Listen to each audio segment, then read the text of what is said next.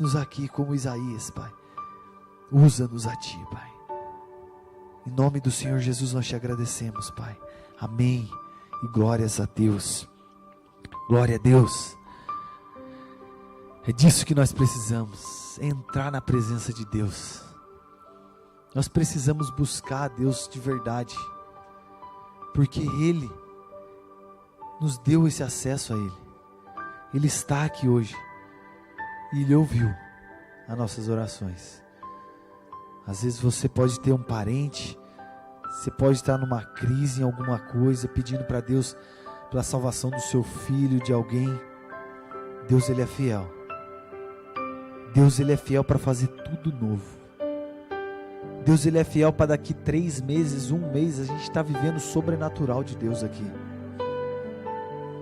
Porque para Ele não há tempo, Ele só quer achar em nós um coração maduro e sincero na presença dEle. Um coração aquebrantado, Ele não abre mão disso. Ele não despreza. Não adianta a gente chegar aqui e orar bonito, igual os fariseus faziam. Eu oro no meio das praças, eu falo em línguas. Mas se o nosso coração não está sendo um coração sincero, a gente precisa sair daqui com um coração sincero. A gente precisa entrar por essa porta tendo prazer de estar aqui.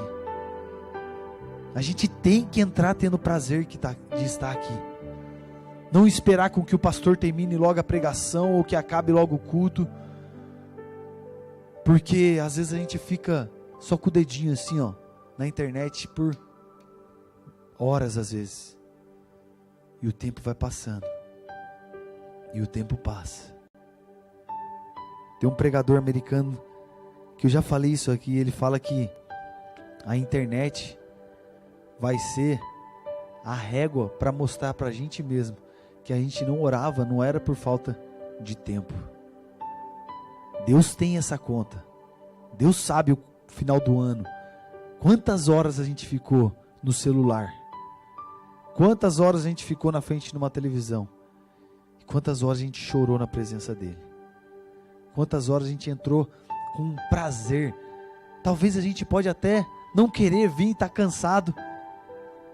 Mas a gente sai daqui alegre, a gente precisa sair daqui alegre. A gente precisa sair daqui alegre e Deus, Ele é fiel, amém? Glória a Deus. Vamos ouvir uma palavra de Deus aqui agora? Alguém tem algum testemunho? Alguém tem algum testemunho? O varão tem um testemunho? Tem? Amém. Glória a Deus. Deus, Ele é fiel. Então vamos ouvir a palavra de Deus. Queria chamar o pastor Cris aqui. Christian. Eu abrevio.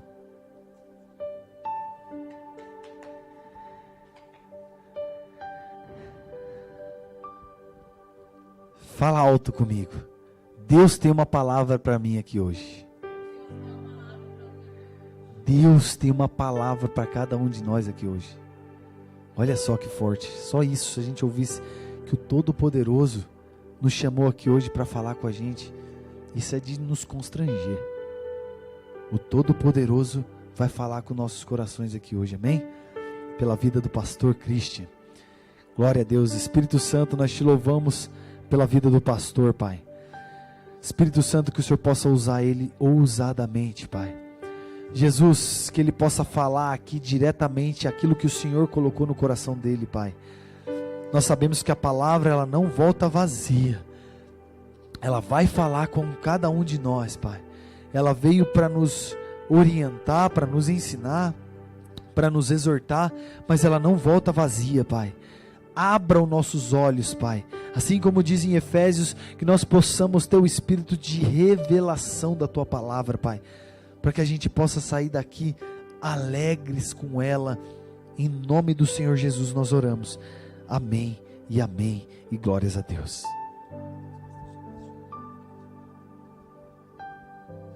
Paz do Senhor, igreja. Glória a Deus. Estou feliz por estar aqui de novo, viu? Por mais que hoje nós levantamos 5 horas da manhã e fomos para a academia, A academia ela dura das 5 da manhã até as 5 da tarde, mas foi benção. Malhei bastante, estou bem corado da academia. A academia ela é bem ao ar livre, então você pode fazer muitos exercícios em frente à praia, né? Mas é bênção de Deus. Foi a porta que Deus preparou, né? Então a gente tem que agradecer e tem que estar feliz porque a gente está na presença dele, né? Amém? Antes de ler a palavra, não precisa abrir, mas a palavra do Senhor diz em Jó 42, que Jó, quando clamou ao Senhor, ele bem disse ao Senhor que bem sabia ele que o Senhor tudo pode e que nenhum dos planos do Senhor poderá ser impedido. Então que nessa noite nós venhamos estar com nossos ouvidos abertos e a nossa mente, o nosso coração atento, para que essa palavra venha entrar no nosso coração profundamente. Essa palavra a qual Deus preparou no meu coração, ela já falava comigo antes e continua falando até hoje. Amém? Abra suas Bíblias no livro de 1 Reis.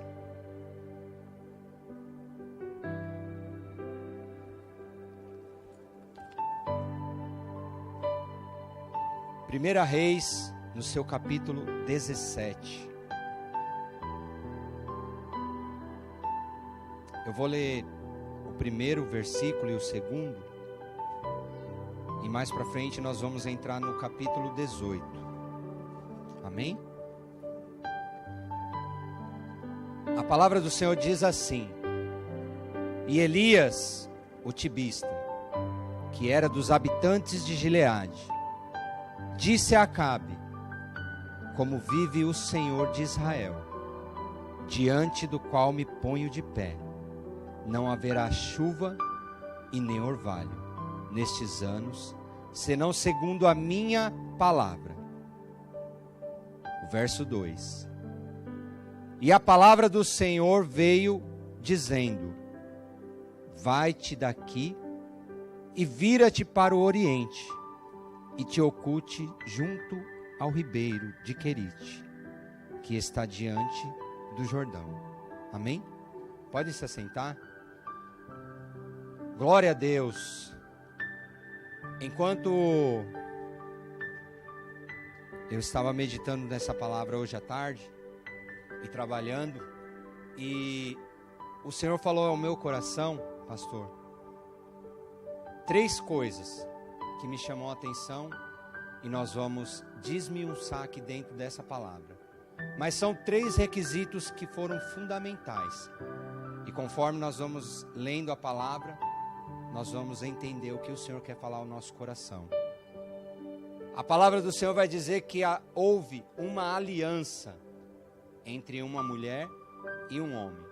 Aqui tem 3 personagens a qual a Bíblia relata que foram importantes para essa passagem. Quem foram esses 3 personagens? O profeta Elias, rei Acabe e a princesa Jezabel. A palavra do Senhor vai dizer que Elias, em um certo momento, ele se apresenta ao envio de Deus, a mando de Deus, ao rei Acabe. E diz para o rei que durante um tempo, assim como vive o Deus de Israel, não haveria chuva e nem orvalho. Mas a palavra do Senhor vai dizer que ele não disse o tempo, ele somente informa que durante um tempo não cairia uma gota sequer de água em Israel. Aqui já começa o primeiro parênteses, porque quem era Jezabel? Jezabel vinha de uma família da província da Fenícia, uma província onde aqueles que eram habitantes daquele lugar e a sua família era uma família pagã, ou seja, eles adoravam outros deuses. Rei Acabe, quem era o rei Acabe? O rei de Israel. E quem era Elias? Quem foi um dos maiores profetas da Bíblia? Elias. Elias era aquele a qual Deus colocou frente a frente com o rei para dar um decreto que que não haveria chuva e nem orvalho. Elias era um profeta, qual quando Deus chama, ele parte numa carruagem de fogo em volta de um redemoinho e sobe para o céu e fica o seu servo Eliseu. Esse era Elias. A palavra do Senhor vai dizer que quando Elias é chamado, ele fica frente a frente com o rei e diz para o rei: rei, a partir de hoje, mediante a minha palavra, não haverá chuva e nem orvalho.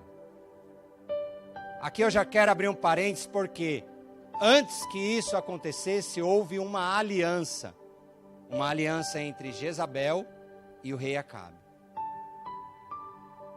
O parênteses que eu quero abrir é que nem toda aliança é de Deus. Que aliança é essa? Pode ser aliança ministerial, pode ser aliança no relacionamento, pode ser aliança nos negócios. Todas as vezes, como aqui o Lucas já disse, nós devemos tomar cuidado, porque nem tudo aquilo que nosso coração quer é o que Deus tem preparado para nós. Nem tudo aquilo que nós pensamos e que nós deixamos entrar aqui dentro foi ordenado por Deus.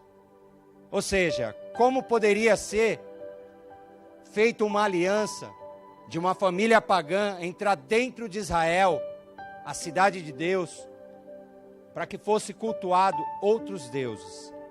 Rei Acabe sabia muito bem disso. Ou seja, quando foi feita essa aliança, a província da Fenícia passava por um momento onde ela queria estar dentro de Israel. Por quê? Porque a cidade de Israel naquele tempo era uma cidade que tinha frutos. Tudo prosperava dentro de Israel. Então as cidades vizinhas, províncias, queriam fazer parte daquilo, Lucas. É aí que entra a aliança, aonde foi proposto uma aliança. Mas nessa aliança o que acontece? Entra princesa Jezabel dentro da cidade de Israel, e com ela entra os profetas de Baal. Aí é que começa a história. Entrando esses profetas, 850, a qual ela carregava junto com ela. Os 450 eram os profetas de Baal, e os outros 400 eram profetas de Azer. Ou seja, juntando todos que assentavam na mesma mesa, 850. E aí, começando a história, quando Jezabel entra na cidade de Israel, o primeiro pedido que ela faz, que o rei Acabe monte altares para aqueles deuses, para que fossem adorados outros deuses, por aquelas pessoas que adoravam o nosso Deus. Mas vamos pensar, o rei era quem ordenava a cidade, e se ele desse uma ordem, um decreto, tinha que ser cumprido. Aquelas pessoas que não adorassem aqueles deuses deveriam ser mortas. Ou seja, muitas pessoas, mesmo não querendo, elas passaram a adorar aqueles deuses estranhos. Mas aí que está, como é que aquelas pessoas adoravam a Deus e elas foram submetidas a adorar outros deuses? Por quê? Elas foram intimadas pelo rei Acabe. Esses altares foram montados dentro da cidade de Israel. Mas aí é nesse momento que Deus levanta um profeta. Aqui, pastor, eu já entendo que sempre quando Deus precisa levantar uma cidade, levantar um povo, levantar uma família, não precisa de muita gente, basta um. O povo precisava somente de uma pessoa para que fosse recuperado o que havia dentro de Israel. É aí que entra Elias. Deus envia Elias, e Elias chama o rei e diz para ele que não haveria uma gota de água. Como é? Eu fiquei imaginando como que poderia ser sem uma gota de água por um tempo. Elias diz por um tempo, não diz quanto tempo. Ou seja, imagine, se nós ficássemos sem água uma semana já é muito, que dirá sem saber quanto tempo. Passa-se dias, naquele momento em que Elias fala com o rei, o Senhor então pede para que Elias se retire. Por quê? O Senhor já sabia o risco que Elias estava correndo. Quando Elias fala para o rei, o Senhor então diz para Elias: Elias, agora sai e vai para a beira do rio Querite. Por que Deus fez isso? Será que ele não sabia o risco que Elias estava correndo ficando ali? Ele sabia. Quem era o servo de Elias? Eliseu. Mas nesse momento a palavra diz que o Senhor envia Elias para o rio, à beira do ribeiro. Elias vai para a beira do ribeiro e fica ali por um tempo. É aqui que a palavra também me deu um alerta. Elias ficou ali por um tempo e o Senhor disse para Elias, quando ele ainda não tinha nem chegado no rio: vai, porque lá já dei ordem para os corvos, para que te sustentem de dia e de noite. O que me chamou a atenção aqui, Bruna, sabe o que é? O Senhor, quando Ele manda alguém para algum lugar, Ele se responsabiliza. Porque o Senhor tirou Elias do meio da cidade de Israel e manda para o ribeiro, à beira de um rio. E diz para ele ainda que ele iria ser sustentado de dia e de noite. Ou seja, será que ele tinha tanta intimidade com Deus assim? O Senhor tira Elias do meio de uma confusão e leva ele para que seja sustentado por um tempo. E nem diz para ele também, pastor, por quanto tempo. Mas a palavra do Senhor vai dizer que os corvos chegavam com o alimento de dia e de noite. Imaginamos nós como é que um pássaro chega com um pedaço de pão e carne durante o dia e a noite. Que força teria esse animal para carregar isso? Mas era o suficiente para Elias se alimentar. A palavra do Senhor vai dizer que era de dia e de noite. Então eu entendo aqui que já há uma provisão. Nós devemos entender, Lucas, que a provisão e a providência são duas palavras diferentes. A provisão é quando a gente precisa de algo e de repente Deus traz o suficiente. Isso é uma provisão. Eu preciso de algo agora e algo chega contado. Mas a providência não, pastor. A providência é quando o juiz bate o martelo e determina acusado ou inocente. Ali só tem duas formas, ou entra ou sai. Essa é a providência. A providência de Deus não tem meio termo, ou é ou não é. Mas a provisão não. Ela vai vindo assim, ó Lucas, aos poucos. E aí por que eu disse que essa palavra fala comigo? Quem é que viveu ou vive de provisão? É assim. A palavra vai falar conosco porque a provisão é quando você chega no posto de gasolina e você só tem $20 para pôr. Você vai no mercado, aquilo que você comprava $500, $600, você só tem 200. As crianças não podem nem sair no meio do corredor catando um, catando outro, porque ó, é contado. Essa é a provisão. Mas a providência não, pastor. Quando Deus bate o martelo, aí você tem até para dar. Essa é a providência de Deus. Por enquanto nós vamos vivendo na provisão. Porque aqui Elias estava na provisão do Senhor. Chegava um corvo de dia e chegava um corvo à noite. A palavra não diz que ele chegava à tarde. E a água? Como me explica que na beira do rio havia água e em Israel não tinha nada? Estava seco. Quem estava sustentando Elias? O próprio Deus. Ele bebia e comia daquilo que Deus enviava, daquilo que Deus enviava, daquilo que Deus enviava.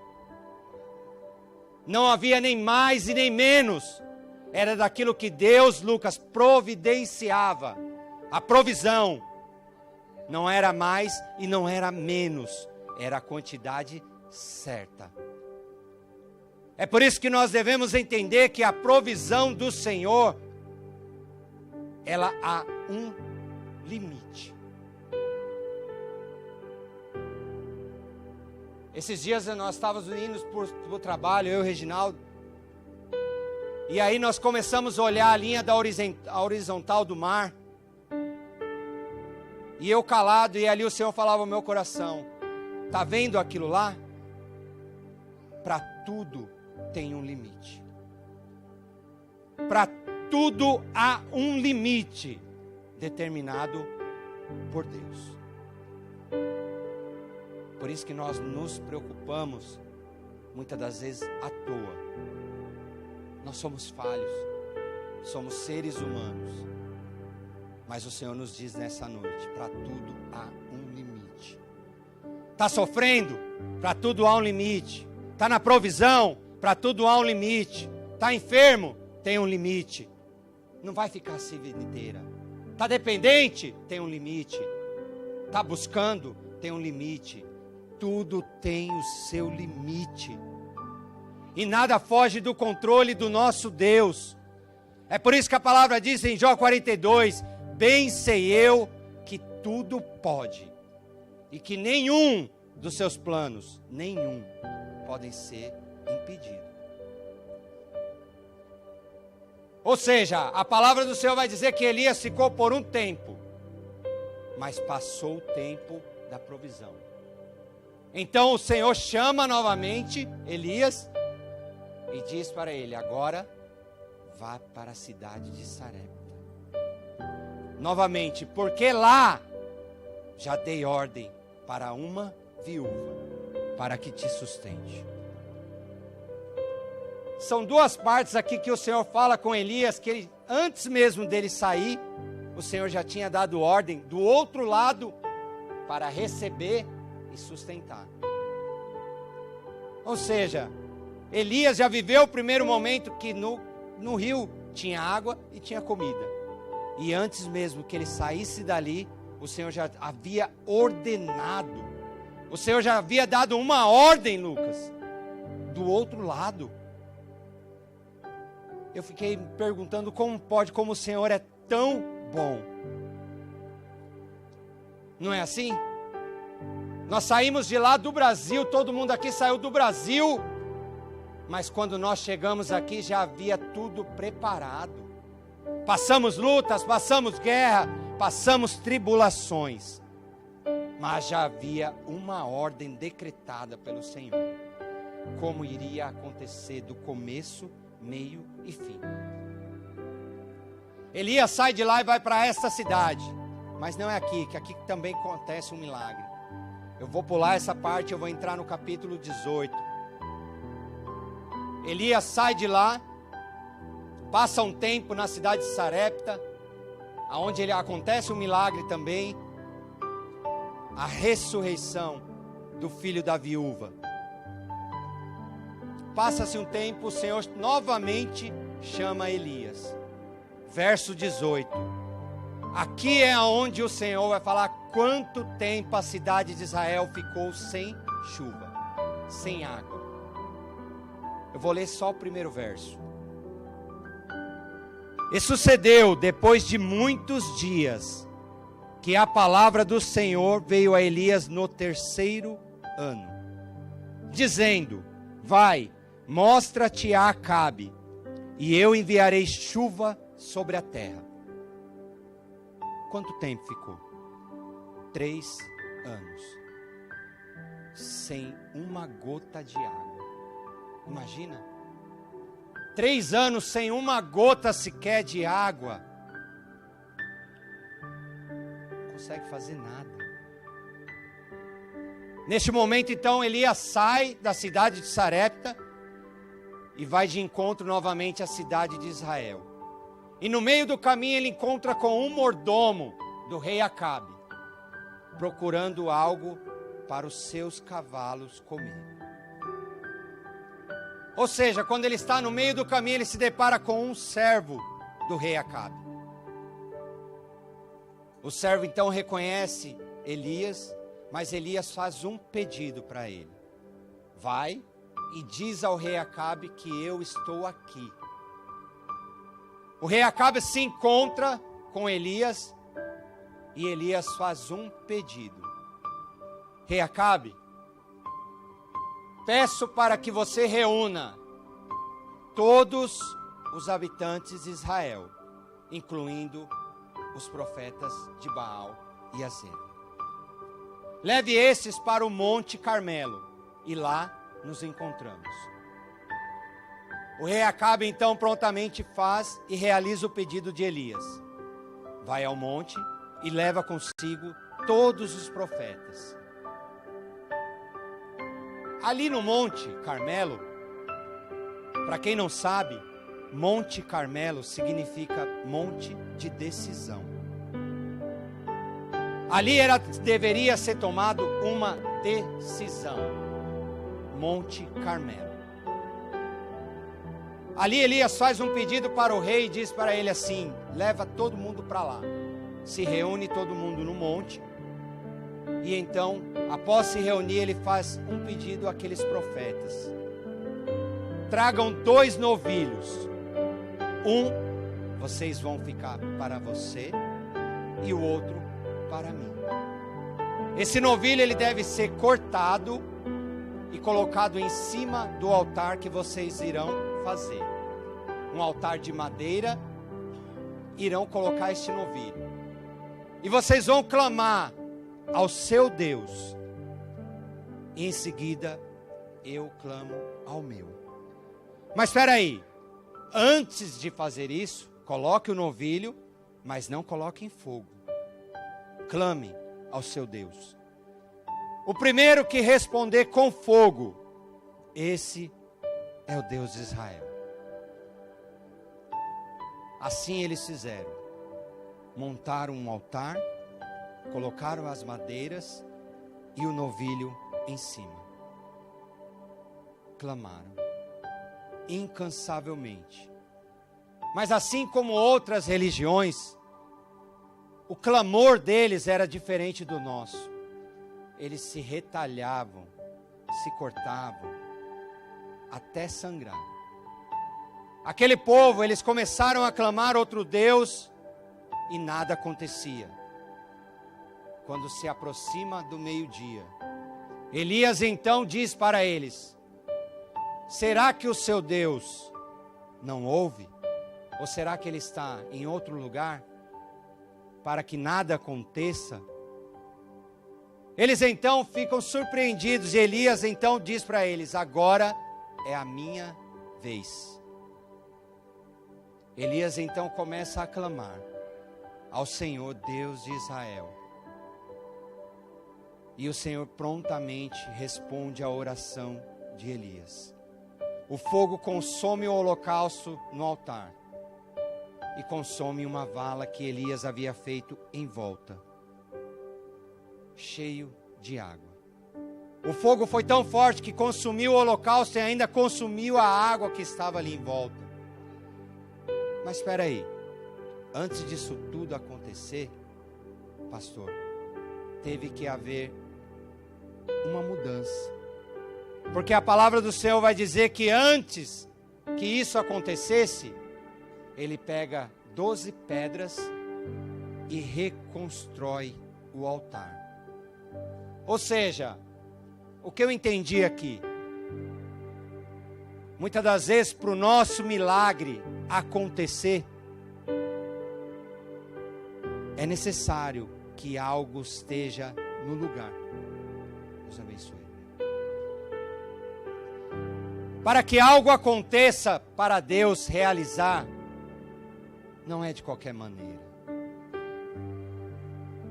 A palavra do Senhor vai dizer que Elias pega as 12 pedras, que significavam as 12 tribos, e ele reconstrói o altar. Antes do milagre acontecer, antes de cair o fogo do céu, ele levantou um altar do Senhor. O fogo consome o holocausto e consome em volta a água que estava em volta do altar. E aí, depois disso, mata-se todos aqueles profetas.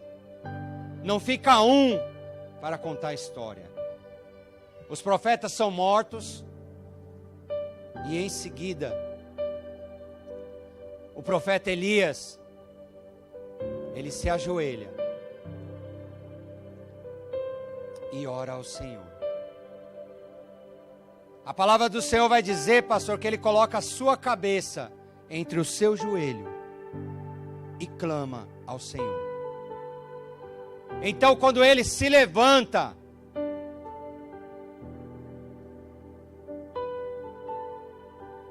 ele diz assim, pastor Rai: vai e olha em direção ao mar. E o servo sai, olha uma vez e volta. Olha duas e volta. A palavra do Senhor vai dizer, pastor Rai, que ele olha 7 vezes. Elias pede para ele olhar 7 vezes. Na primeira ele vai, na segunda ele vai, na terceira ele vai. Eu acredito que quando ele olhava, dizia, Elias deve estar louco. Porque já estou olhando 4, 5 vezes e nada acontece. Mas sabe, pastor Rai, o propósito da igreja são 7 domingos. São 7 domingos, correto? O profeta Elias pede para ele olhar 7 vezes. Na sexta, eu acredito que ele já estava cansado. Ele deveria olhar e falar assim, não, Elias deve estar louco, porque já é 6ª vez, não aconteceu nada. Mas olha, pastor Rai, quando ele sai, ele olha 7 vezes. Ele corre e ele avista de longe. Eita, pastor Rai. Ele olha e diz, meu Deus, vem chegando uma nuvem do tamanho da mão de um homem. 7ª vez, pastor Rai. Essa nuvem, quando ele olha de longe, era pequena, do tamanho da mão de um homem. Será que ela continuou pequena quando chegou perto? Ai, meu Deus.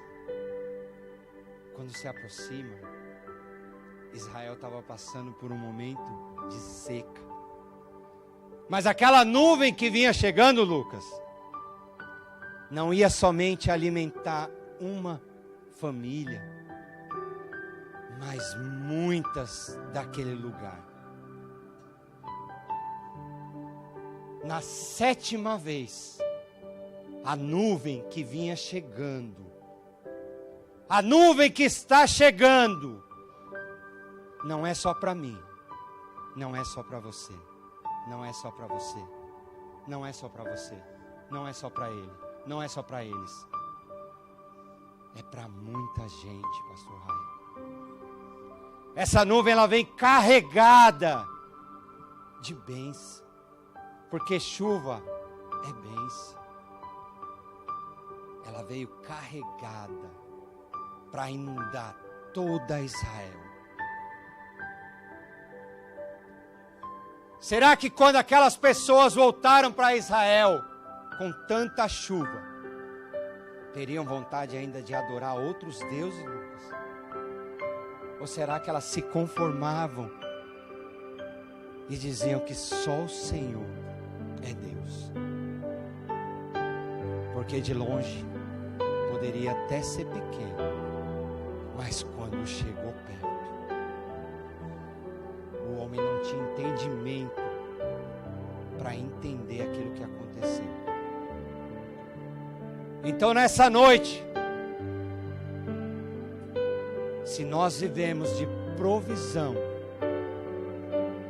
continuamos crendo que há um limite.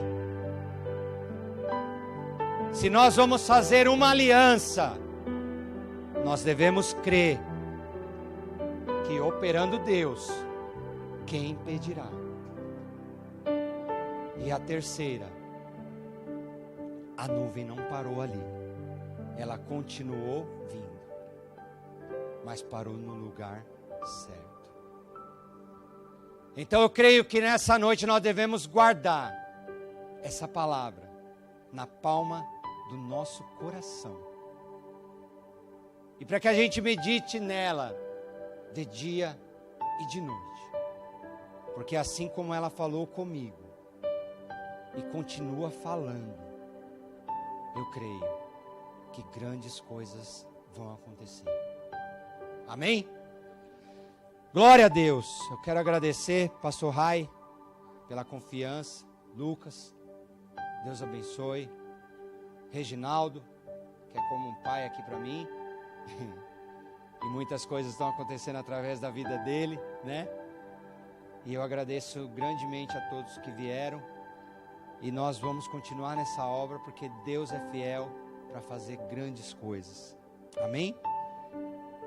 Eu quero entregar para o pastor Rai, para dar continuidade no culto, em nome do Senhor Jesus. Deus abençoe a todos.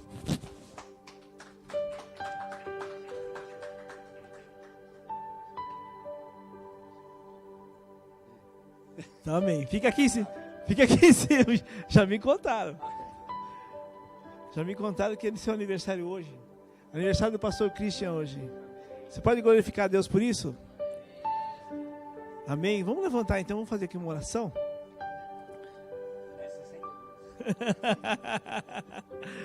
62 anos, né? Amém. Dividido por 2. Glória a Deus, que bênção. Que você possa receber essa palavra. Que a nuvem pode ser pequena, mas ela vai se tornar grande e vai vir uma grande chuva. Amém? Toma posse. Toma posse aí, viu? Salenco. Eu ia falar no Guedes, olha só. Eu chamo no Guedes de Salenco de Nuguete. Assim, também, que bom que não sou só eu. E o Salecão, toma posse aí. A nuvem é pequena, mas vai se transformar em uma grande chuva em nome de Jesus. Receba essa palavra, amém? E os demais irmãos também recebam. São 7. Passe 7 dias, 7 semanas, 7 meses, 7 anos. O que é importante é que Deus ele vai dar a providência. Não a provisão. Glória a Deus. Então eu vou ficar com a providência do Senhor. Levante suas mãos para cá. Vamos abençoar a vida do pastor Christian, né, que tem sido uma bênção em nosso meio aqui. Ele e a sua família, a Bruna também, as crianças. E a gente louva a Deus, né? Uma quarta-feira que a gente poderia...